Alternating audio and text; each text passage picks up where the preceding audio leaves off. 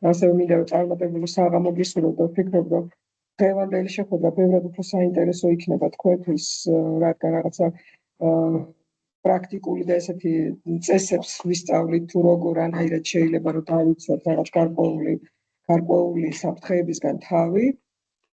და პირველი რაზეც მინდა რომ დავიწყოთ საუბარი, ეს არის თუ რა ტიპის თავდასხმელები შეიძლება არსებობდეს, იმიტომ რომ ჩვენ ვიცით რომ ეს თავდასხმები არსებობს, გვინდა რომ მისგან დავიცვათ თავი, თუმცა რა ტიპის თავდასხმელები არსებობენ, ძალიან მნიშვნელოვანია რომ ეს ვიცოდეთ. კარები დამიხმარებით. პირველი, რომელსაც გამოყოფენ, ეს არის აი ესეთი script ბავშვები, რომლებიც არიან მოყვარული ბავშვები, რომლებიც აი ძირითადად ახლა ჩვენ რომ საუბრობთ, რომ მაგალითად ვიღაცას უნდა პროგრამირების სწავლა და რაღაცებს აკეთებენ, რაღაცებს ტესტავენ და ასე შემდეგ. აი ეს ადამიანები რაღაც ინსტრუქციებით, რაღაც გარკვეული სხვადასხვა პროგრამული კოდებით, აი ესე თამაშით მოკლედ შეიძლება ესე მოხდეს, რომ რაღაც გარკვეულ საიტზე მოახდინონ არასაკმაყოფილებელი შესვლა. ეს შესვლა შეიძლება სულაც არ დამთავრდეს ზიანით, ან შეიძლება რაღაც გარკვეული ზიანიც გამოიწვიოს. თუმცა ეს გამიზნული არ არის, უბრალოდ ესენი აკეთებენ იმისთვის, რომ რაღაც სასწავლო მიზნებისთვის და ძირითადად ხოლმე აქ არაფერი ისეთი განსაკუთრებული არ ხდება, ხშირად არის რომ მაგალითად როდესაც განახორციელებენ შეღწევას და ყოლია კიდევაც ასეთი სტუდენტი, რომელიც მაგალითად ესე აკეთებდა, მე უბრალოდ გაუხარდებოდა, რომ სადაც შეაღწია და მე ჩვეულებრივად ტოვებდა ხოლმე იმას. მეორე რაც ყველაზე მნიშვნელოვანია, ეს არის ჰაკერები და ჰაკერები ალბათ გაგიგიათ და ზოგადად არსებობს ჰაკერების სამი ტიპი. ეს არის თეთრი ჰაკერები, რუხი ჰაკერები და შავი ჰაკერები. აი მოდი განვიხილოთ რას ნიშნავს თითოეული. ხო, ეს თეთრი ჰაკერები არიან ისეთი ჰაკერები, რომლებიც შეიძლება მაგალითად დაიქირაოს რომელიღაცა კომპანია იმისთვის, რომ მისი ახალი პროდუქტი დატესტოს. ხო, ეხლა ჩვენ ვიცით, რომ მაგალითად, როდესაც Windows-ის ახალი ვერსიები გამოდის, აი რომელიმე ოპერაციული სისტემის, აი რომელიღაცა მნიშვნელოვანი პროგრამის, შესაბამისად მათაც ყავთ ისინი გარკვეულ თანხას უხდიან ესეთ ადამიანებს, იმისათვის, რომ იპოვონ რაღაც გარკვეული მოწყვლადობები თავიანთ ან ბაგებს რო ეძახით, თავიანთ პროგრამაში. ოღონდ იმ მიზნით, რომ მე ეს აუცილებლად უნდა იცოდნენ ამ პროგრამის შემქმნელებმა, იმისთვის, რომ გამოასწორონ ეს პრობლემები. ასევე შეიძლება მაგალითად კომპანიას არ ყავდეს ესენი დაქირავებული, მაგრამ აი რაღაცა მოხდა, რომ ვიღაცამ მაგალითად შეღწევა განახორციელა და მე შეატყობინა მაგალითად იმ კომპანიას, რომ აი თქვენ მაგალითად ესეთი პრობლემები გაქვს და რა თქმა უნდა ძირითადად ხდება ხოლმე ასეთი ჰაკერების ჩვეულებრივად ანაზღაურება იმ კომპანიების მიმართ. ესეთი ძალიან ესეთი კეთილი ჰაკერები არიან ასე რომ. აი რაც შეეხება შავი ჰაკერები, ისინი გამიზნულად ახორციელებენ იმას, რომ შევიდნენ ქსელში, გამოიწვიონ რაღაც გარკვეული ზიანი, მოიპარონ რაღაც ინფორმაცია, რა ვიცი, წაშალონ, რაღაც ზიანი მიაყენონ როგორც ორგანიზაციას, ასევე დაუშვათ ადამიანს და ასე შემდეგ. ანუ აბსოლუტურად განსხვავებულია საპირისპიროა ამ თეთრი ჰაკერებისგან. და რაც შეეხება რუხ ჰაკერებს, აი ესენი რაღაცა შუალედურ ჰაკერებად აღიქმებიან ხოლმე. ეს არის რომ აი შეიძლება რომელიღაცა სისტემაში მათ ან რომელიღაცა ვებგვერდზე მოახდინონ შესვლა, თუმცა არაფერი არ დააზიანონ, მაგრამ არ შეატყობინონ მაგალითად იმ ვებგვერდის ან იმ დაუშვათ პროგრამის შემქმნელებს ან ორგანიზაციას, რომ იქ რაღაც ხდება. თუმცა აი ნაკლებად ახორციელებენ ხოლმე დაზიანებას. და ერთ-ერთი ყველაზე ისეთი ძალიან მნიშვნელოვანი, რასაც ხშირად ვაწყდებით განსაკუთრებით ბოლო წლებში, აგერ როდესაც მიმდინარეობს უკრაინაში და ასე შემდეგ, ეს არის ორგანიზებული ჰაკერები, რომელსაც ჰაქტივისტებს ეძახიან, ეს არის ტერორისტული დაჯგუფებები, რომელთა ძირითადი მიზანია, რომ სახელმწიფოებრივი ზიანი მიაყენონ, მაგალითად, რა ქვია, სახელმწიფოს მიაყენონ რაღაც გარკვეული ზიანი და ესენი ყველაზე, ანუ ეს არის რაღაც გარკვეული ჯგუფი, რომელსაც თვითონ სახელმწიფოები აფინანსებენ. და აი მე სხვა სლაიდზე გაჩვენებ თუ რომელი სახელმწიფოები გამოირჩევიან მაგალითად აი ესეთი თავდასხმელების ტიპებით, რომელი სახელმწიფოები გამოირჩევიან. ამასთან ერთად მინდა აღვნიშნო, რომ არსებობს, თქვენ არ გეგონოთ, რომ ეს ჰაკერები შეიძლება იყვნენ ვიღაცა პიროვნებები, რომლებსაც გადაწყვიტეს, რომ დაუშვათ ვიღაცასთან შეაღწიონ და ინფორმაცია მოიპარონ, ანუ აუთსაიდერები, ანუ შიდა და გარე აქტორებს ეძახიან და ანუ აუთსაიდერები, არამედ ეს შეიძლება იყოს ასევე ინსაიდერები, მაგალითად თანამშრომლები, შეიძლება ხშირად გაგიგიათ, რომ რომელიღაცა ბანკის თანამშრომლმა თავისი ბანკიდან გამოიტანა რაღაც თანხა და მოიპარა. ან ასე შემდეგ, ან მაგალითად თანამშრომელი, რომელიც განაცხადებულია, რომ სამსახურიდან გაუშვეს, ან რომელიღაცა კონტრაქტორი, რომელმაც იცის პაროლი ან რაღაც ასეთი მსგავსი. ამიტომ გარდა იმისა, რომ გარე აუთსაიდერები არიან ხოლმე ძალიან ხშირად ჩართული ამ საფრთხეებში, მნიშვნელოვანია, რომ თანამშრომლებშიც იყოს ძალიან ამაღლებული ეს ინფორმაცია იმასთან დაკავშირებით, რომ იმ ორგანიზაციის ძალიან მნიშვნელოვანია, აი მაგალითად უცხოეთში, როდესაც ორგანიზაციაში სამსახურში აგიყვანენ, იქ ძალიან მნიშვნელოვანია ხელშეკრულებაში არის პუნქტი, სადაც წერია, რომ ამ ორგანიზაციის შიდა სტრუქტურული მაგალითად დოკუმენტები და ასე შემდეგ არ უნდა იქნეს გაზიარებული. დაუშვათ თუ თქვენ დაანებებთ თავს ამ სამსახურში მუშაობას, რომელიღაცა სხვა ორგანიზაციაში არც უნდა იყოს გამოყენებული და არც უნდა იყოს გაზიარებული და ეს ერთ-ერთი ძალიან მნიშვნელოვანი ფაქტორია.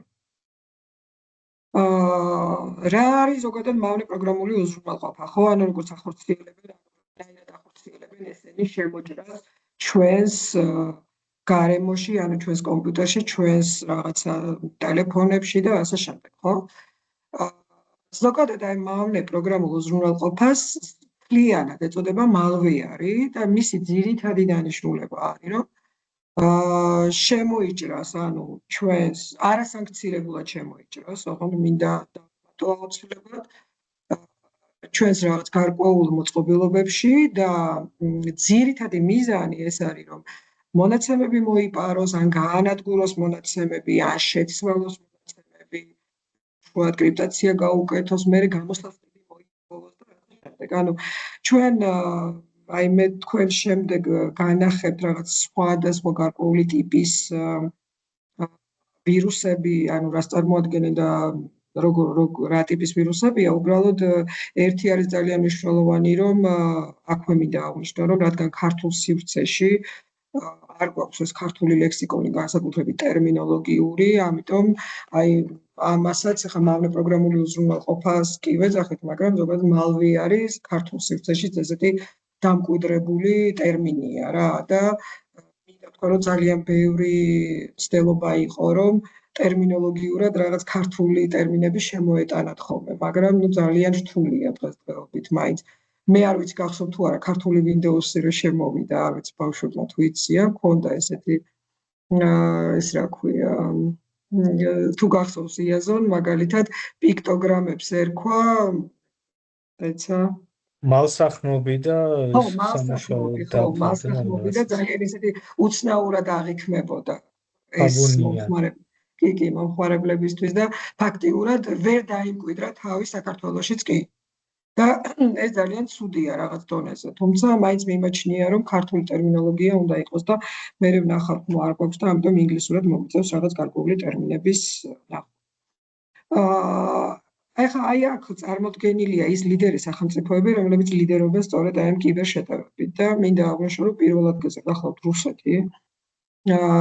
ბოლო ოღონდ ეს არის 20-25 წლის მონაცემები, რუსეთი, აი მაგალითად შემდეგი არის ჩინეთი, რომლის ყველაზე ისეთი მნიშვნელოვანი კიბერშეტევები არის ეს კორპორატიული შპიონაჟი, მაგალითად რაღაც ეკონომიკური მონაცემების მოპარვა და იმ ფაქტორებით მაგალითად შეჭრა რომელიღაცა იმაში ან ორგანიზაციაში ან რომელიღაცა უწყებაში და ინტელექტუალური საკუთრების მოპარვა.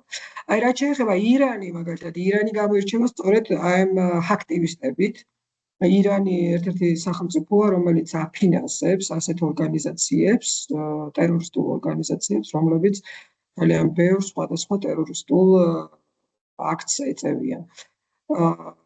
აი მაგალითად მე შემიძლია გითხრათ, რომ აი მე განვიხილავთ ჩვენ, ხო აი აქ მაგალითად მოცემულია სხვადასხვა ტიპის რა ტიპის ვირუსები შეიძლება არსებობდეს და ერთ-ერთი ძალიან ისეთი საინტერესო ის არის, რა ქვია, ვირუსი არის ესეთი ransomware-ი. და მოკლედ ეს ვირუსი აკეთებს რას, რომ როდესაც შემოიჭრება თქვენ მონაცემებში, დისკზე აკეთებს შიფრაციას მონაცემების და იმისათვის, რომ მოხდეს ამ დაშიფრული, აი წინაზე ერთ-ერთმა თქვენთაგანმა მითხრა კიდევაც, რომ როდესაც გადაცემას ვახორციელებთ, დაიშიფრებაო და მერე დეშიფრაცია მოხდებაო და სწორედ აი ესეთ რაღაცას აკეთებს, ანუ დაშიფრავს დისკზე მონაცემებს და იმისათვის, რომ მერე გასაღები მისცეს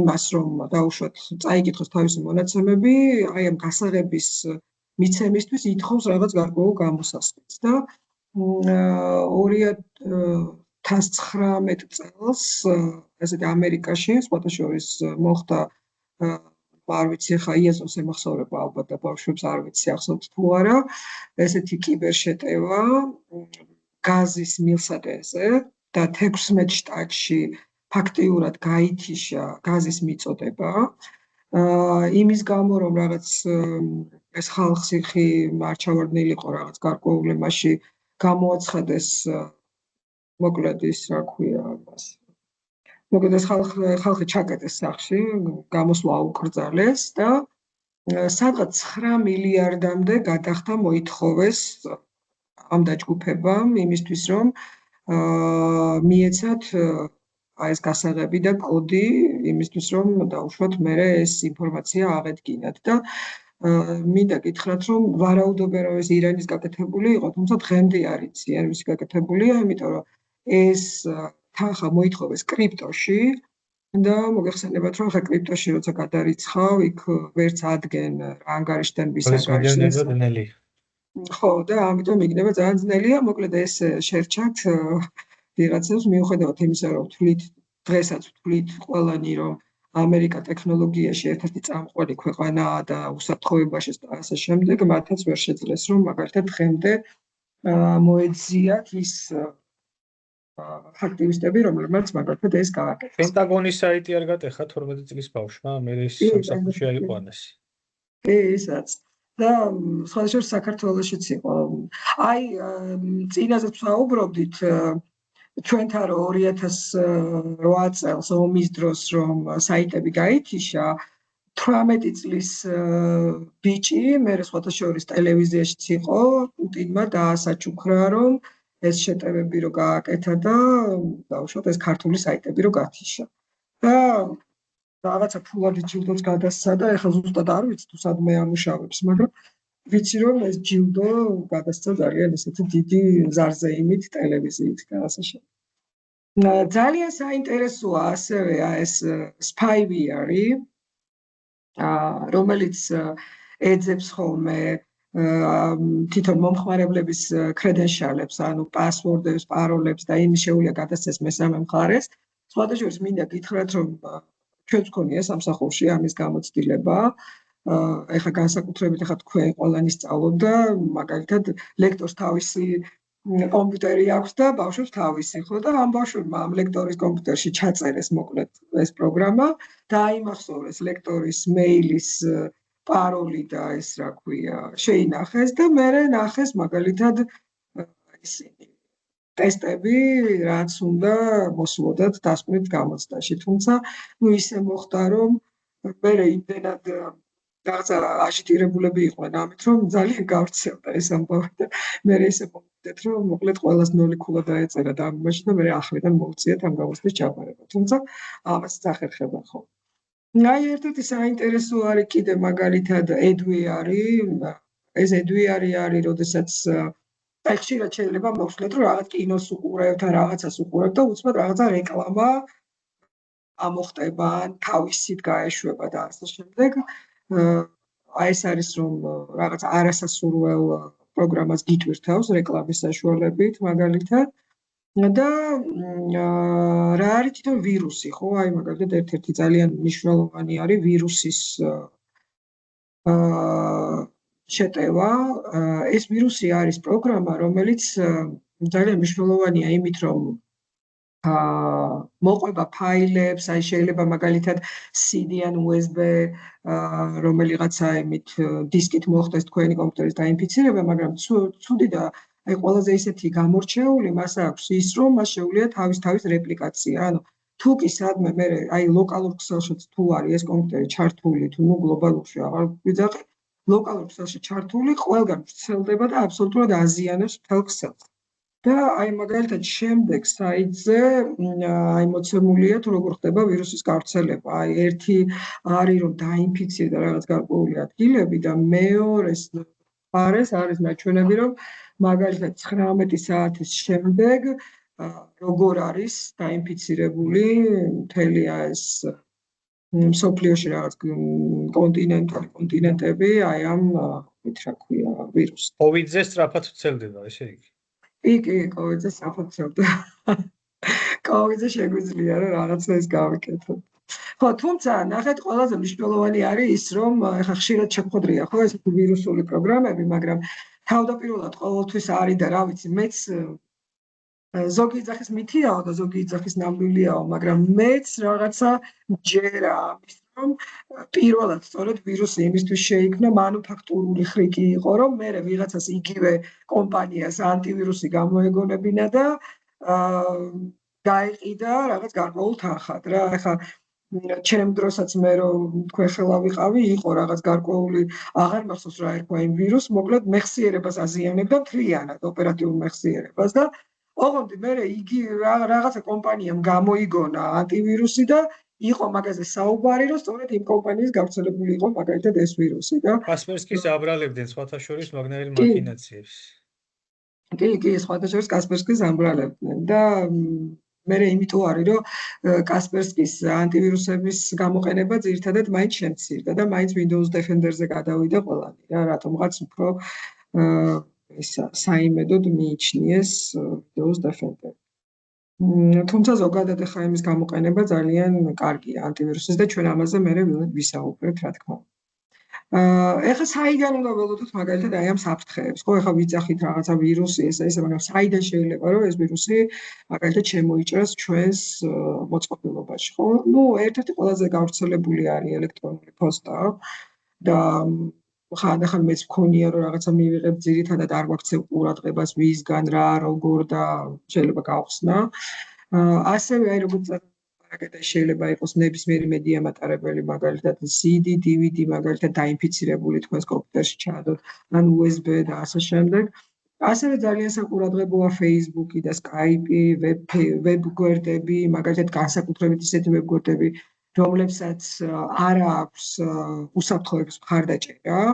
ანუ არ ვიცი ხა ალბათ ბავშვებმა იციან რომ არსებობს ესეთი ვებგვერდები HTTP-ით რო იწყება, მაგრამ არის მაგალითად უსაფრთხო ვებგვერდები, რომლებიც HTTPS-ი აქვს ბოლოში, ანუ security, ანუ hypertext transfer security და ეს ძალიან მნიშვნელოვანია, იმიტომ რომ მათი უსაფრთხოება აღიარებულია გარკვეული ორგანიზაციების მიერ და საერთოდ უნდა მოერიდოთ ზოგადად ისეთ ვებგვერდებზე შესვლას, რომელსაც ეს S-ი ბოლოში არ აქვს.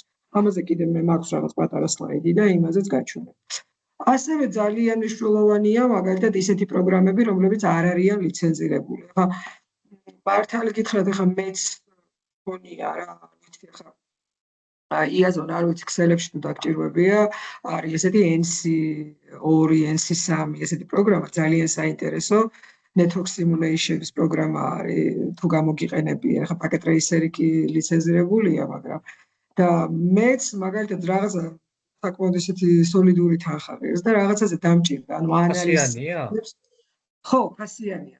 და როგორ არის, იცი, ანალიზს აკეთებს, მაგალითად რეალურ დროში შეგიძლია გაწერო აი მაგალითად Wi-Fi დააყენო გადაცემის სიჩქარე და ანალიზს გიკეთებს თავისი გრაფიკებით, რომ რამდენ ხანში გადასცა, იქ დაყოვნება რამდენი იყო, დაუშვათ ის რა ქვია, გადაცემის სიჩქარე და გამტარუნარი, ანუ ყველაფრის ანალიზს გიკეთებს აბსოლუტურად თავის გრაფიკებით და ძალიან საინტერესო პროგრამაა და მე მინდოდა რაღაცა ჩემი სტუდენტი დოქტორანტს ესაჭიროებოდა და მოკლედ აი ეს არა ლიცენზირებულად მოკლედ გადმოვწერეთ, დავაყენეთ და ეხლა რაღაცნაირად კი შევეცადე, რომ ესე, მაგრამ ყოველ შემთხვევაში არ შეიძლება რა, უნდა იყოს ლიცენზირებული იმიტომ რომ სწორედ ესეთ პროგრამებში ყველაზე მეტად არის ხოლმე რომ ინახება რაღაც გარკვეული ვირუსები, რომლებიც შეიძლება მე შენს კომპიუტერში ჩაჭდეს და რაღაც გარკვეული თვალთვალის ფუნქციაც კი გააკეთოს. ანუ სიმულატორების დეფიციტი გვაქვს ზოგადად სასწავლო პროცესში ერთ-ერთი არის GNS-ი და ეს packet tracer-ი, სხვა იცი როგორ არის ეს ახლა იცი როგორ არის ეს მაგალითად აი კოლეჯის და ესეთ იმაზე არ გამოგადგება, უფრო უნივერსიტეტის და მაგისტრატურის დონეზე არის. აი კვლევითი კომპონენტი ვისაც უნდა რომ ჩაატაროს მაგალითად ქსელებში და რეალური შესაძლებლობა არ გაქვს, ხო? ეხლა მაგალითად რომ აი რაღაცა აქეთ დააყენო დაუშვათ მანეტის ქსელი, ეხლა ჩვენ რაღაცა სამხედრო ქსელებზე გვქონდა და აქეთ რაღაცა უკაბელო მანეტ ქსელი დააყენო, იქით რაღაცა 5G და შეადარო მე ესენი ერთმანეთს, რომ რომელი უკეთესია, აი იმ შემთხვევაში ძალიან კარგი. სხვადასხვა არიან რაღაც ორგანიზაციები, რომლებსაც უყენიათ, როგორც გავიგე და მე რაღაცა ვთხოვე კიდევაც, რომ ერთი იუზერი იქნება გამიკეთოთ მეთქი და რა ვიცი თუ მოვახერხე, მე გაჩვენებ და შეიძლება რომელიმე თქვენ იმანაც ხო, შეიძლება კოლეჯმა მაგალითად და დაგჭირდებათ კოლეჯმაც შეისყიდოს რა. საგრანტო პროექტები იქნება თუ რამე ექსპერიმენტალური თუ რაღაცა აი ექსპერიმენტული თუ იქნება, იქ შეიძლება კი და ძალიან საინტერესო არის. მე მაგალითად NC3 ვერ გამოვიყენე და NC2-ც კი ძალიან მომეწონა და მითხრას რომ NC3 ბევრად გაუმჯობესებია. აი არ ვიცი და ძალიან მინდა მოკლედ თუ რა ქვია სახელი მოუძებნა Network Simulation NC ესე იწერება NC2 ან NC3. ოკეი.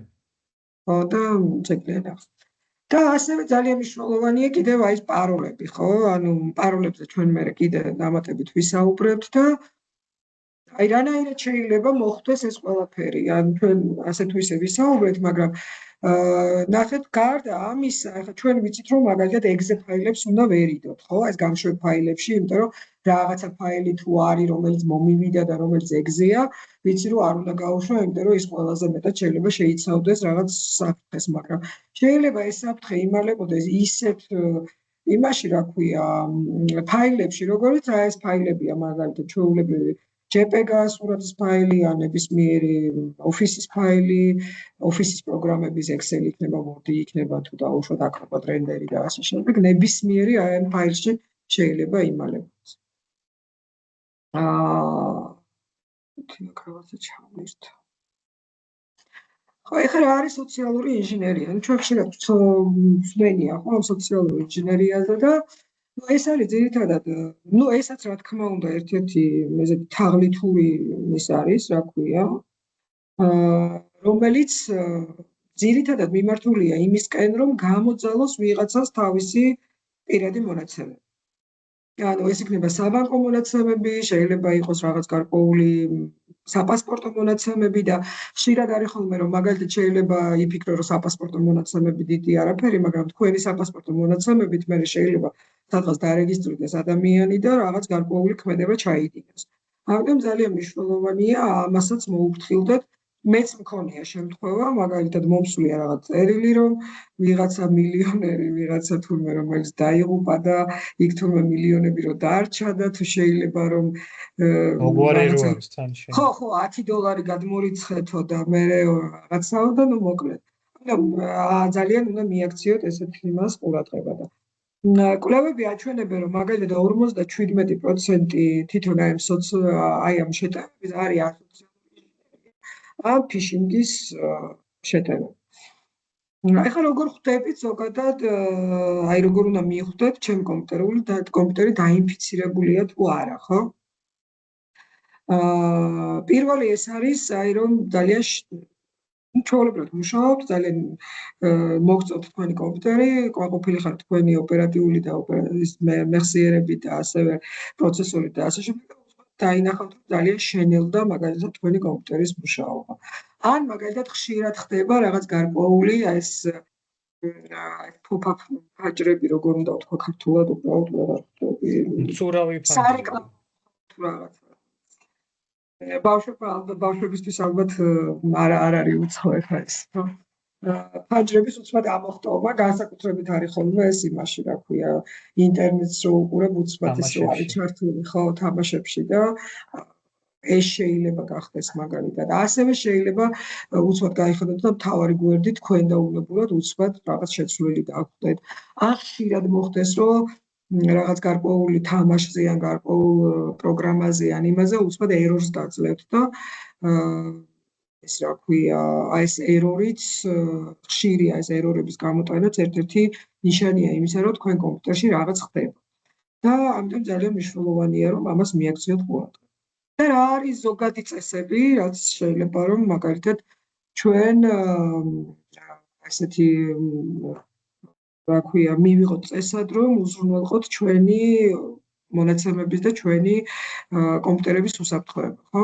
ნუ ეს რომ ძლიერი პაროლი და დაახლოებით პაროლები როგორი უნდა იყოს, ნუ ეს ვიცით და გასაგებია. ერთ-ერთი მნიშვნელოვანი ფაქტორია, რომ აი, როდესაც დავდივართ გარე სივრცეებში, არ გამოვიყენოთ მაგალითად უფასო Wi-Fi-ის ქსელი.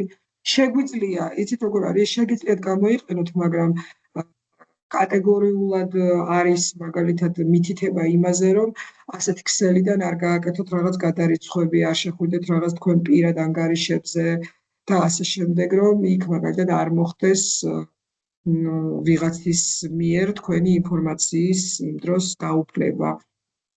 ძალიან მნიშვნელოვანია, რომ გამოვიყენოთ ორმაგი ავტენტიფიკაციის მეთოდი და ამაზე მე თქვენ გაჩვენებთ კიდევაც მაგალითად რას ნიშნავს ეს და ცოტა მოგვიანებით ვისაუბრებ.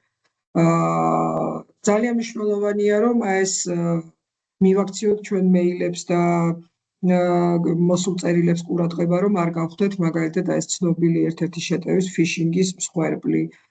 გამოვიყენოთ ეს ძალიან მნიშვნელოვანია, გამოვიყენოთ ანტივირუსები და ასევე რომ განვაახლოთ პროგრამული უზრუნველყოფა. ეხლა დღესდღეობით, როდესაც ვყიდულობთ კომპიუტერს, ყველა ადრე კი იყო, რომ არალიცენზირებულ Windows-ებს ვიყენებდით ხოლმე, მაგრამ დღესდღეობით ეხლა უკვე აღარსად აღარ არის, რომ არალიცენზირებული Windows-ი ეყენოს ვინმეს და თქვენც ეხლა ბავშვებო, თქვენც აუცილებლად ყველას გექნებათ ლიცენზირებული Windows-ი თავისი ნომრით, შეგიძლიათ ნახოთ კიდევაც ეს და ძალიან მნიშვნელოვანია ეს ლიცენზია, იმიტომ რომ როდესაც გააძლევს მე იქ აპდეიტის საშუალებას, რომ დააპდეიტოთ, იმიტომ რომ თვითონ ეს Windows-საც აქვს კიდევ ერთხელ ვიმეორებ რაღაც გარკვეული შეცდომები თავის პროგრამებში ხოლმე, რომლებსაც ასწორებს და სწორედ აპდეიტი გაძლევთ იმის საშუალებას, რომ უკეთესი ვერსია იყოს გადმოწერილი და ეს ძალიან მნიშვნელოვანია, რომ ეს გააკეთოთ. შეიძლება რაღაც გარკვეულ დროს მოითხოვს ხოლმე და რატო ვიძახე ახლა ამას და მინდა მიაქციოთ ყურადღება, რომ მეც ვაკეთებ, რომ ანუ რომ მიწერს, რომ დავააპდეიტოთ, მოგვიანებითო, ხანდახან რაღაცას ვაკეთებ და ვაჭირო მოგვიანებითო და მე შეიძლება ერთი კვირა ისე გავიდეს, რომ აპდეიტი არ გავაკეთებ. ჯობია რომ რაღაც გარკვეული პერიოდი მოიცადოთ ხოლმე და ეს რა ქვია, თქვენი საქმე შეაჩეროთ და გააკეთოთ აპდეიტი და მე გააგრძელოთ მაგალითად ეს გარკვეული თამაში. ეხლა ერთ-ერთი ყველაზე ისეთი გავრცელებული შეტევის სახეობა არის ფიშინგი, რომელიც ძალიან წარმატებით მუშაობს და აი ეხლა სუბოლო სტატისტიკა ამოვიღე, რომ 3.4 მილიარდი მეილი გაიგზავნა მაგალითად 2025 წელს მთელ მსოფლიოში ეს ფიშინგის იმისთვის, რომ ეს ფიშინგი განახორციელებინა. მე არ გულისხმობ, რომ ყველა ამ წარმატება მიაღწია, მაგრამ 3.4 მილიონი გაიგზავნა. აქედან ძალიან მნიშვნელოვანია, რომ ყველაზე მეტად ფიშინგის მსხვერპლები ხდებიან სწორედ ჯენზი თაობის და მილენიანელები, 18-40 წლის ადამიანები, ეს გახლავთ სადღაც 23% და ნუ X თაობის შედარებით უფრო ნაკლებად, აი 51-55, 19%, იმიტომ რომ შეიძლება არც ხსნიან ამ მეილს, შეიძლება არ აქცევს ყურადღებას, ან იცის უკვე აქვს ამისი დაუშვათ ის რა ქვია, ამაზე ინფორმაცია უკვე იცის და ამიტომ იცის, რომ არ უნდა გახსნას ასეთი მეილი და ასე შემდეგ. ემოციებზე მანიპულირება უფრო რთულია ასაკოვან ადამიანთან, ვიდრე ახალგაზრდასთან და ერთ-ერთი მთავარი ფაქტორი ეგ არის. რომ იმპულსურად რომ მიგაღებინოს გადაწყვეტილება, უფრო მარტივია ალბათ ახლებთან. ეხლა ხშირად ახლა მეც დამიჭერია ჩემი თავი, რომ ერთი და იგივე სიტუაციაში რაღაცა ბევრი წლის წინ თუ უცბად მივიღებდი გადაწყვეტილებას. გარკვეული პერიოდი ვფიქრობ, ხო? რომ აი მაგალითად ეს გააკეთე თუ არა და სწორედ ფიშინგის ერთ-ერთი მნიშვნელოვანი ასპექტი არის ის, რომ წერილი, რომელიც მოგდის, აი მე ვნახავთ კიდევაც, რომ არის როგორი იცის, რომ აი სასწრაფოდ უნდა უპასუხო, ანუ ურგენტული ის აქვს რა, რომ აი გეუბნება, რომ ეხლავე სასწრაფოდ აი ამას დააჭირე, გადმოწერე, რაღაცა ამ მე იმაზე ლინკზე გადადი და ასე შემდეგ. ამიტომ პაროლი გამოცვალე, თორე ხო, ანგარიშით დაგეკარგებათ ამ. და ამიტომ ესაც ძალიან მნიშვნელოვანია. ძალიან საინტერესოა ასევე ისაც, რომ სწორედ აი ამ სპამების გავრცელებაში აქაც ლიდერობს რუსეთი, მინდა გითხრათ, და კიბერშეტევებიდან ზოგადად ბოლო წელს 79% სწორედ ფიშინგი იყო, შეგიძლიათ გადაამოწმოთ ეს ბოლო მონაცემებია. ეხლა როგორ მუშაობს ეს ფიშინგი და აი რანაირად შეიძლება რომ ჩვენ გავხდეთ აი ფიშინგის მსხვერპლი. მათი ძირითადი დანიშნულება ის არის, რომ რაღაცა თქვენი პირადი მონაცემები, ანგარიშის მონაცემები და ასე შემდეგ დაეუფლონ და აი ერთ-ერთი ის არის, რომ მოგივიდეთ წერილი, სოციალური ქსელებით რაღაცა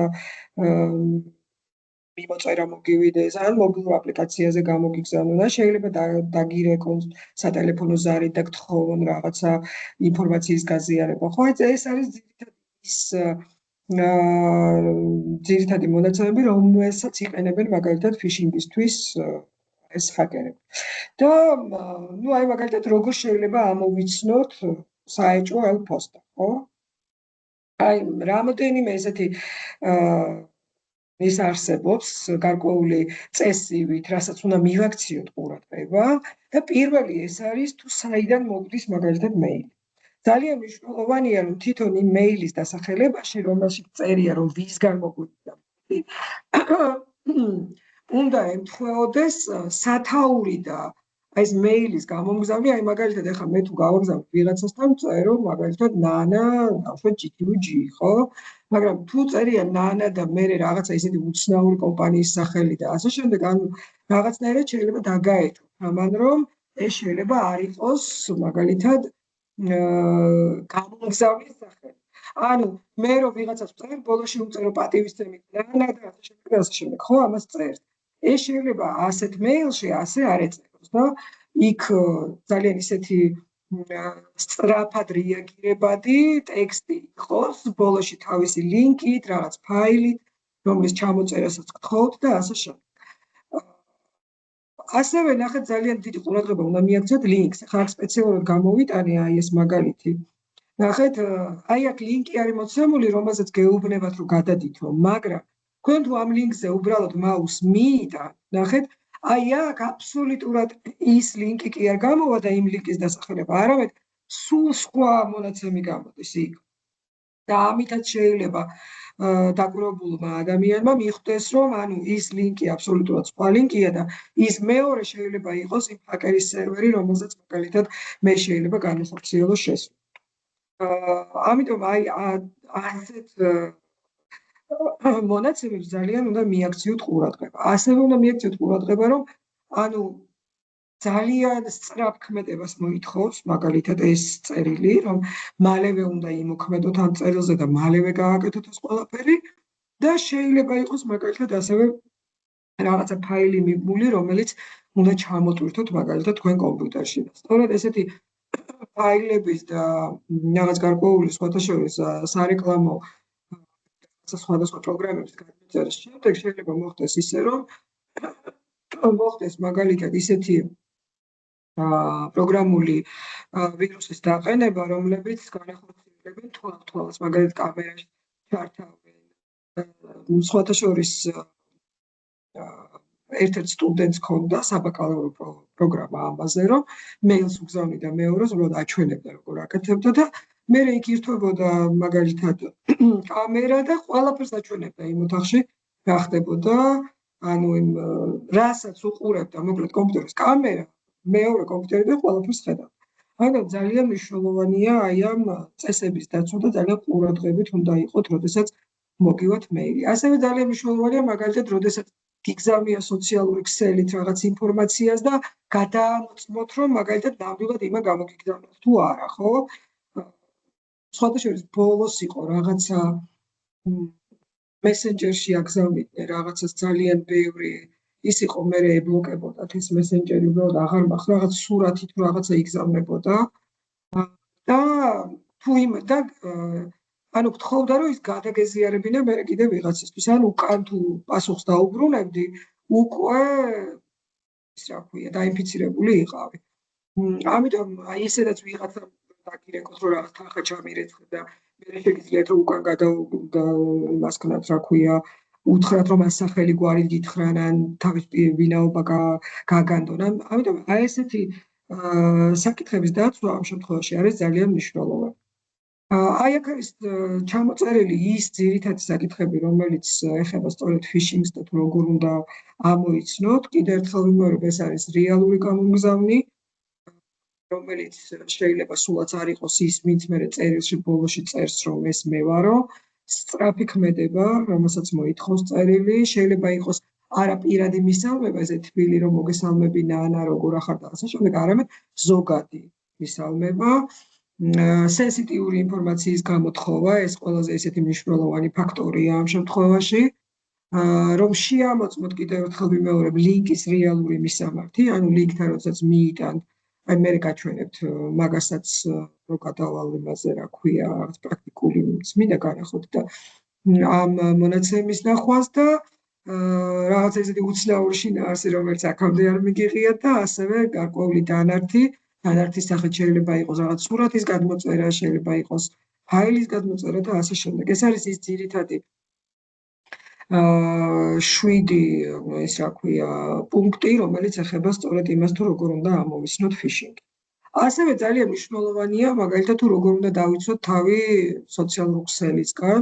როდესაც აი გვიგზავნია და წეღანაც ვამბობდი ამას რომ ძალიან მნიშვნელოვანია რომ რაღაცა უცნობი ნომრებიდან არ ავიღოთ ზარი და ამ ბოლო დროს ძალიან გახშირდა და მეც ძალიან ხშირად მომდის ხოლმე რაღაცა გაურკვეველი ესეთი საერთაშორისო ზარები გახშირდა ხო მე რომ ამოწმებ ან არის ზიმბაბვე ან ნიგერია ან პერუ ან რაღაცა ესეთი ქვეყნებია და ძალიან უცნაურია ხა ეს იმიტომ რომ ვინც ვიცი ხა ჩემი ახლობლები სადაც არიან იქ ჩაწერილიც მაქვს ნომერი და თან ვიცი რომ მაგალითად ან 420-თან რაღაცით იწყება ამიტომ მსგავსი ნომრების აღებას მოერიდეთ და აი მეორესაც აი მაგალითად როდესაც არის აქ საუბარი რაღაც ლინკზე გადახვიდეთ მაგალითად და გთხოვთ ვიღაცა რომ ლინკზე გადახვიდეთ მაგალითად მიწეროთ რომ ეს ნამდვილად ის არის თუ ვიღაცა სხვა იწერება იმის საკითხი სხვათა შორის ბევრს ქონდა ეგეთი რაღაცა რომ ის რა ქვია რომელი ერთი შემხვდა რამდენიმე იმაში სოციალურ ქსელში რომ წერდნენ რომ ჩემი სახელით მესენჯერიდან მოდის რომ რაღაცა 10 ლარი ჩამირიცხეთ მჭირდებაო და ძალიან გთხოვთო ამასო არ ჩემი ერთ-ერთი მეგობარი წერდა არ მიექციოთ ყურადღება რა ამიტომ ის შეიძლება იმაზე არ არის მიმართული რომ თქვენი რაღაც პირადი ინფორმაცია წაიღოს მაგრამ რაღაც თანხის შეგროვებაზე იქნება მომართული და ვიღაცამ შეიძლება გადაურიცხოს კიდევ მე აღმოჩნდი ასეთი მსხვერპლი ერთხელ ამოდენიმე წელს წინ მეგობრის Facebook-ით მომწერა ჩემო ძველი აკადემიის თანაკურსელმა ანუ მისი Facebook-იდან რაღაც თანხა მჭირდებაო რა პატარა თანხაზე იყო საუბარი და ხარ გამოვიძიებიო მეთქი რაში გჭირდება როგორ და ასე შემდეგ და ესე მოგეთ თურმე იმას გაუტეხეს Facebook-ი და მისი ანგარიშიდან ესე დაეგზავნა სხვა ადამიანს მაგათ კეთილი საქმე გაიკეთებია ვიღაცისთვის ვინც ის როგორ ჭირდებოდა ვინიც ну ერთ-ერთი ყველაზე ისეთი მნიშვნელოვანი აი ეს რჩევა აი ესეთი წერილების მიმართ არის რომ როგორც კი დაინახავთ რომ ეს არის საერთო უნდა წაშალოთ არც რო დატო ანუ არ მიუყურადოთ მოკლედ შეიძლება ესე დატოვოთ და მაგალითად არ დააჭიროთ რაღაცებს მაგრამ ძალიან მნიშვნელოვანია რომ ის აუცილებლად წაშალოთ ეხლა რაც შეეხება პაროლებს ну ახლა ვიცით რომ რთული პაროლი ძალიან მნიშვნელოვანია რაც უფრო მეტია მაგალითად პაროლში სიმბოლოების რაოდენობა მით უფრო რთულია მისი გატეხვა რა თქმა უნდა და აი მაგალითად აი აქ მე ზედასაც გაჩვენებ მაგრამ აი აქ მოცემულია ესეთი სტატისტიკა თუ როგორ შეიძლება რამდენ ხანში შეიძლება გატყდეს პაროლი რაღაც გარკვეული სხვადასხვა რაოდენობის სიმბოლოების დროს მაგალითად 6 სიმბოლოს დროს თუ მარტო პატარა ასოები გაქვს 10 წუთში შეუძლია რომ გატეხოს პაროლი და თუ პლუს კიდე რაღაც დიდი ასოები და რაღაც გარკვეული სიმბოლოები, რომლებსაც ჩვენ ახლა ყოველთვის გთხოვს ხოლმე, რასაც ვქნით რაღაც გარკვეულ პაროლს, ხო, ვიცით რომ პატარა ასოები არ შეიძლება. მაგალითად 18-ით. აი 9 სიმბოლოს შემთხვევაში ნახეთ უკვე 3 სიმბოლოს დამატებით ეს არის 44530 წელი. და ეს ძალიან მნიშვნელოვანია. სულ ერთი წამით ბოდიში, სულ ერთი წამით. დიახალტონა მამა წამოვიდნენ. ხო, აქ მნიშვნელოვანია ასევე გავითვალისწინოთ მაშინდელი ან როცა ეს კვლევა დაიდო თუ ეს ასე ვთქვათ გამოცნობას რამდენი დრო ჭირდება. გამომთვლელი მანქანა ვინ არის? პროცესორის სიმძლავრე როგორი არის? დღესდღეობით რადიკალურად შეიცვალა სურათი. უფრო მძლავრი პროცესორები გვაქვს და ეს დრო კიდევ უფრო შემცირდა. ეს გასაღების გენერირების დროს, დეშიფრაციის დროს, კრიპტოლოგიაში რომ ვასწავლით ხოლმე, იქ არის რომ ეს ახლა ლაპარაკია ერთ მანქანას რამდენ ხანში შეუძლია და იქ როგორ არის იცი, როდესაც ხდება აი ამ გასაღების გატეხვა, იქ ათასობით მანქანა ერთდროულად მუშაობს. და ათასობით მანქანა არგებს ამ გასაღებს აი ამ დაშიფრულ ტექსტს რა და ამიტომ იქ რა თქმა უნდა უფრო მალე ხდება ეს ყველაფერი და საერთოდ კვანტურ კომპიუტერებში ფაქტობრივად დაუშიფრავი უკვე რა ვიცი ხა იქ რაც არ უნდა დაშიფრო იქ იმდენად წამებში შეიძლება გახდეს ეს ყველაფერი აქ საუბარია რომ ერთ კომპიუტერს რამდენ ხანში შეუძლია ერთი პროგრამული უზრუნველყოფით გატეხოს მაგალითად 9 სიმბოლოიანი რაღაც გარკვეული ის რა ქვია პაროლი და აი აქ არის მოცემული, ახლა დღესდღეობით რაც სტანდარტია, ეს არის მინიმუმ 12 სიმბოლო, ну, ცოტა მეტიც თუ იქნება, რა თქმა უნდა, ძალიან კარგია. რომ უნდა შეიცავდეს დიდ პატარა ასოებს, ასევე ციფრებს და ასევე რაღაც გარკვეულ სიმბოლოებს.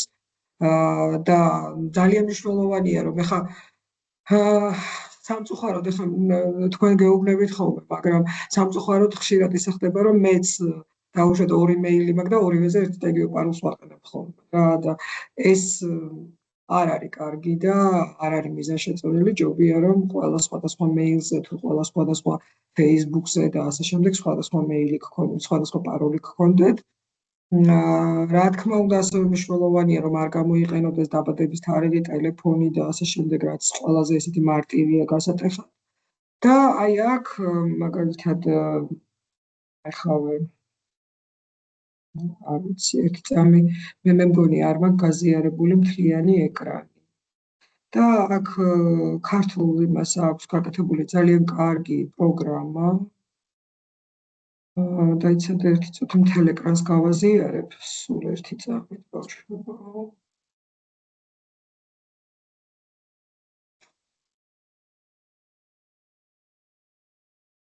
ხო, აი ეს არის მაგალითად ერთ-ერთი ძალიან საინტერესო ქართული პროგრამა, სწორედ ძლიერი პაროლების დასაგენერირებლად. და ну აქ შეგიძლიათ მიუთითოთ, მაგალითად თუ მხოლოდ პატარა ასოებით გინდათ რომ რაღაც დააგენერიროთ, მაგალითად შეგიძლიათ რაღაც სხვადასხვა პაროლი დააგენერიროთ, მაგრამ გეუბნებათ რომ ეს რა თქმა უნდა შეიძლება არ იყოს თქვათ აი ეს არის მაგალითად very strong, ანუ ძალიან ძლიერი პაროლი. ესაც უკვე ძალიან ძლიერი პაროლია და ხო, იმიტომ რომ 15-იანია, ბოდიში, აი მაგალითად რო ავიღოთ რუიანზე ამის ნახვა მინდოდა. რუიანზე და აი მარტო lower case-ი რო ავიღო.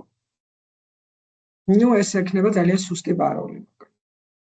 აქ შეგიძლიათ თქვენ თვითონ დააგენერიროთ რაღაც გარკვეული პაროლები და ნახოთ ან რა ვიცი ძალიან საინტერესო ეს მე პრეზენტაციას უკაგიზიარებთ იქ თქვენ შეგიძლიათ ნახოთ და გადახვიდეთ ამ ენაზე რა ქვია აი აქ არის ეს რა ქვია ლინკი და აი სწორედ ამ ლინკზე ვლაპარაკობთ ნახეთ ეხლა რომ მიმაქვს მაგალითად ამ წარწერაზე ნახე აქ მეუბნება რომ სწორედ იმ www.esset.com-ზე გადავდივარ მიწერია ლინკად სწორედ იმაზე გადავდივარ და იმ შემთხვევაში როდესაც მაგალითად ფიშინგით გამომიგზავნიან რაღაც არასწორ ლინკს იქ აბსოლუტურად სხვა მონაცემი სხვა ინფორმაცია იქნება აი ამ შემთხვევაში მოცემული და ამასაც მიაქციეთ ყურადღება ну აი აქ არის მაგალითად სუსტი პაროლი როგორი შეიძლება იყოს აი თბილისი 2024 და თუ მაგალითად თბილისი $20 2024 და ასე შემდეგ მიწერია ну ეს შედარებით ძლიერი პაროლი ეხლა რაც შეეხება ჩვენ ხშირად ვსაუბრობთ ხოლმე ამ ორფაქტორიან ავტენტიფიკაციას და რას ნიშნავს ეს? ხანდახან არის რომ აი მაგალითად ან რომელიმე ანგარიში შესვლის შემთხვევაში ანუ სანამ შეხვალთ რაღაც გარკვეულ ტელეფონზე არის ხშირად რომ საბანკო ანგარიში როდესაც შედიხარ რაღაცა კოდი მოგივა და სწორედ ეს კოდი უნდა ჩაწერო რომ ანუ კიდევ ერთხელ ჩაწერო რომ დაადასტურო რომ ნამდვილად შეხარ და შეგეყვანოს ხო აი მაგალითად მე შემიძლია თქვენ გაჩვენოთ ერთი ესეთი საიტზე რომელსაც მაქვს ეს გაკეთებული აი როგორ გამოიყურება მაგალითად ორფაქტორიანი ავტორიზაცია აი მაგალითად აქ რომ შევიდე ტექნიკური უნივერსიტეტის ნიშნების ჟურნალში ეხლა ჩემ შულებს მაგალითად რო აქვთ ეს ელექტრონული ჟურნალი ჩვეულებრივად პაროლით და იმით შევდივარ იმათ არ აქვს ეს ორფაქტორიანი ავტენტიფიკაცია მაგრამ როგორც ვიცი კანონი შემოვიდა და ყველა საჯარო ორგანიზაციას ავალდებულებს და ეს სხვათა შორის მინდა გითხრათ რომ იმიტომ გადავიდა ტექნიკური უნივერსიტეტის ამ ორფაქტორიანზე ავალდებულებს რომ იყოს ეს და შენიშვნაში ჩაგვიწერეს რომ იყოს მოსულები ექსპერტები რომ ეს არ გქონდა და სადღაც ბოლო 1-3 თვეებს გადავედით და აი მაგალითად ახლა გაჩვენებთ რომ თუ ავკრიფავ ჩემს პოსტას მოკლედ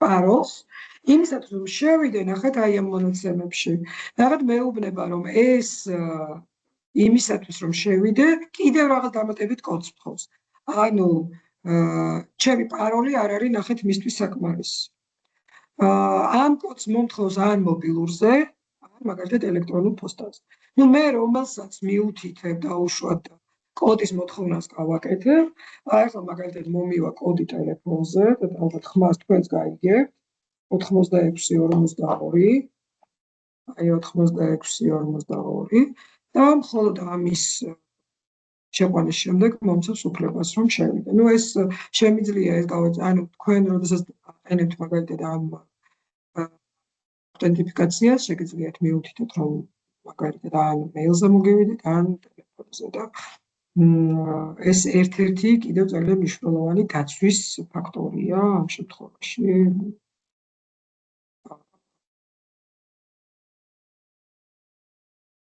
რამე კითხვები ხო არ გაქვთ?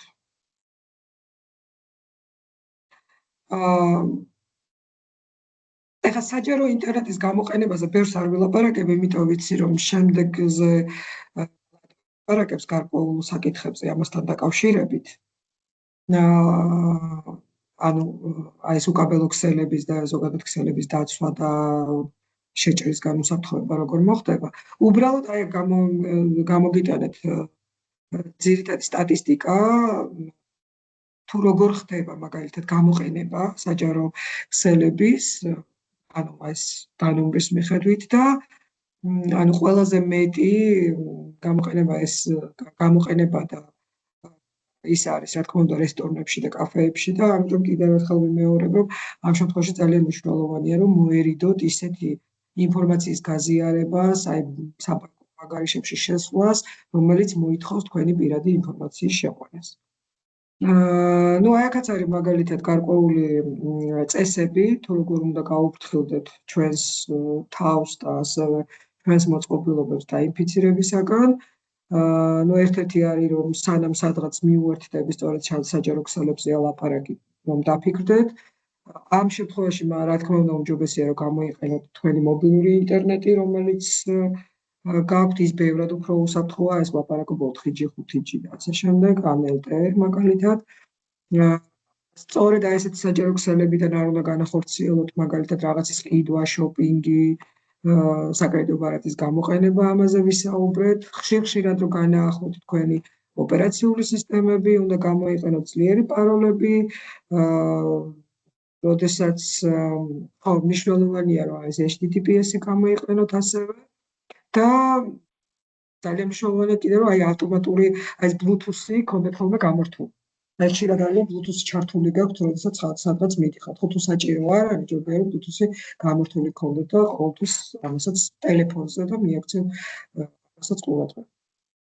და ბოლოს მინდა გაჩვენოთ ესეთი მნიშვნელოვანი ინფორმაცია, რომ მაგალითად თუ თქვენ გახდებით მსხვერპლი ამ კიბერთავდასხმის, თქვენ შეგიძლიათ დაარეკოთ 112-ზე და ასევე აი ამ მელფოსტაზე, ან ეს 24 საათის განმავლობაში იცდრობა, თუმცა არის კიდე სპეციალიზირებული ტელეფონია, ეს 252 და სხვათა შორის CERT იყო კიდე და CERT გაუთიშიათ, რატომაც არ ვიცი.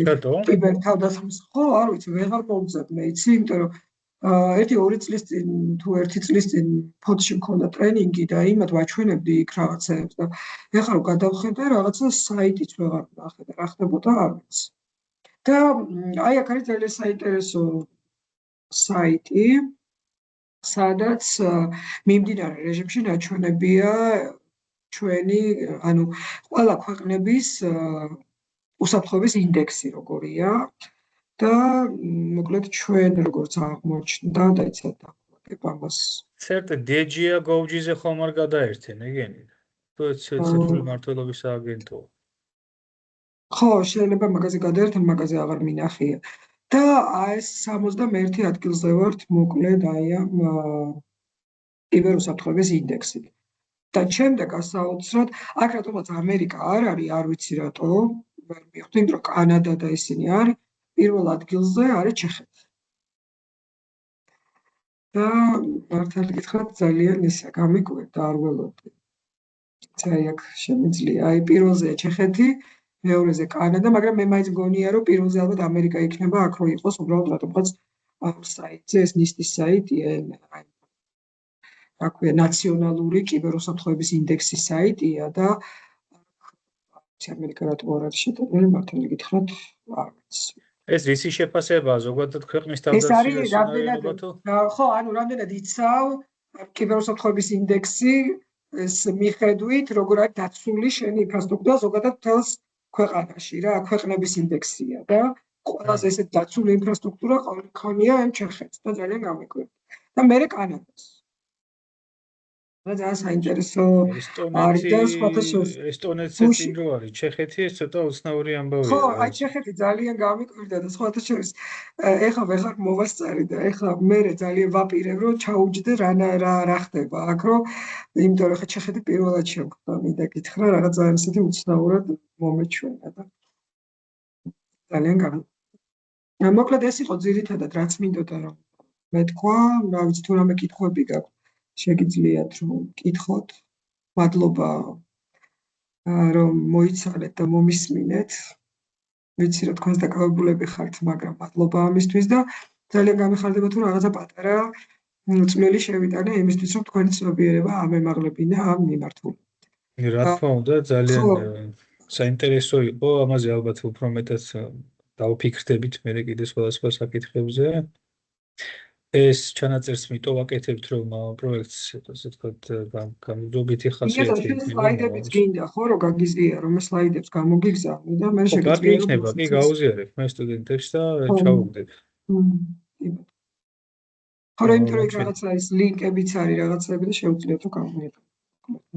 კი ბატონო.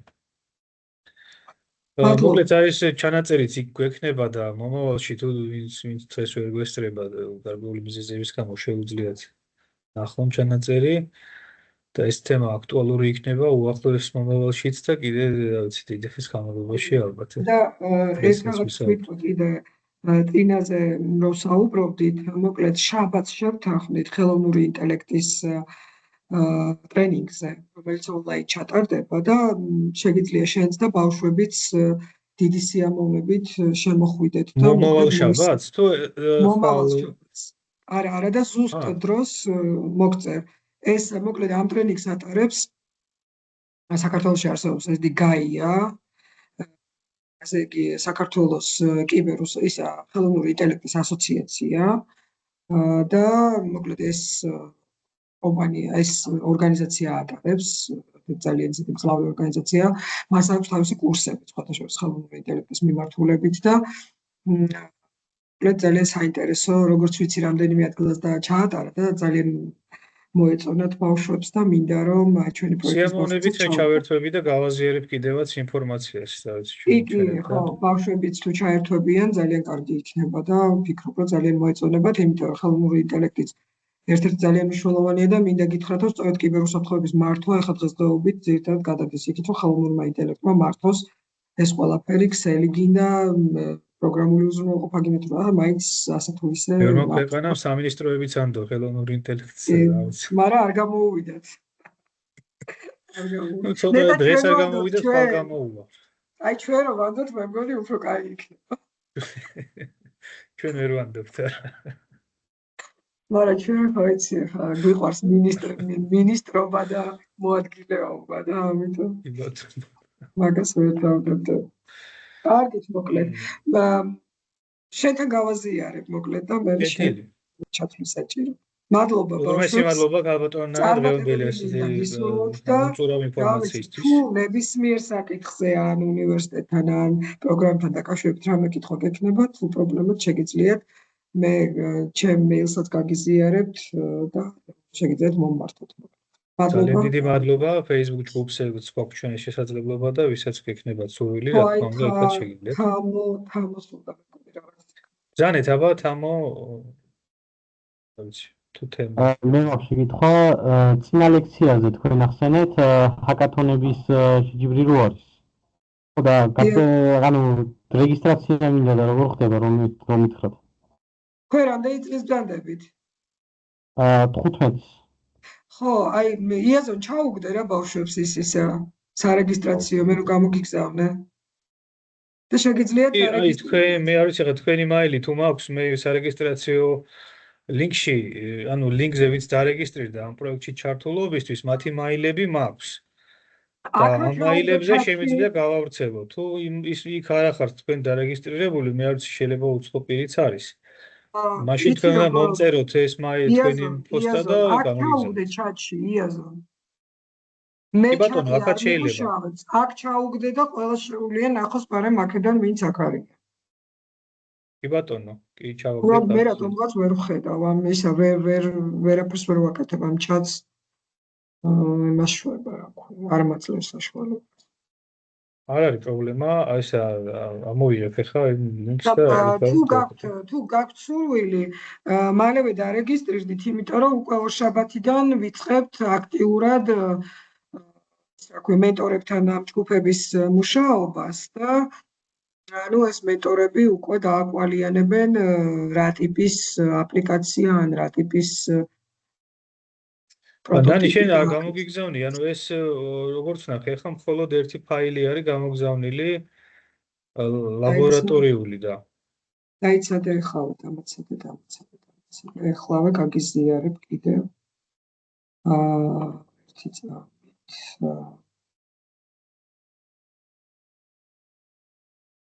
links ჩაგიგდებ და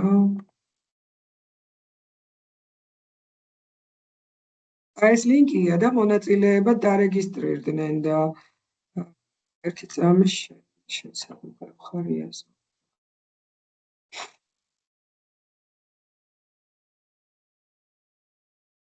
მესენჯერში გიგზავნე. კი, როგორ არა, მესენჯერში მაგამოგზავნე. მესენჯერში მე მაილზე ვათვალიერებდი. არა, მესენჯერში ჩაგიგდე, აბა ნახე. ახლავე. ეს კი ვნახე, კი. აი ხა ჩატში ჩავაგდებ და დამიდასტურეთ, ნახეთ თუ არა. და მან მონაწილეებისთვის რო არის, მაგი უნდა შეავსოთ. მან უნდა დარეგისტრირდეთ. ანუ მან აუცილებელია, მე კი ჩაქვსავთ ხა ჯგუფში, მაგრამ მან აუცილებელია დარეგისტრირდეთ, იმიტომ რომ ეს არის საერთაშორისო ბაზა. და მე იქიდან მოგივათ სერტიფიკატი, რომ მიიღეთ მონაწილეობა და ამიტომ სახელი, გვარი, ესენი ეცადეთ, რომ ეს დიდი ასოთი დაიწყოთ, რომ იქიდან რაღაც არასწორად მე არ მოვიდეს ინფორმაცია. ისა ნახეთ ეს 12-დან 19 წლამდე შეუძლია ყველას დარეგისტრირდეს პროექტში და ძირითადად ეხლა ეს ჰაკათონი მაგალითად ეხება ანუ AI-ის გამოყენებას რაღაცა სხვადასხვა პროტოტიპებშია, სხვადასხვა და ოღონდ შეგიძლიათ ნოლიცოდნით მოხვიდეთ აბსოლუტურად და მენტორები თქვენ ყველაფერს დაგაკვალიანებენ და ყველაფერს გეტყვიან რა, როგორ ანაირად უნდა გააკეთოთ. მოგეთ ძალიან ძალიან კარგი საინტერესოა. შესაძლებლობა თან არის, რა ყველას მოგეცათ, რომ ურჩევ ჩემს 28-ში სტუდენტებსაც. დიდი დრო არ ჭირდება, 28-ში უკვე თავდება ეს პროექტი.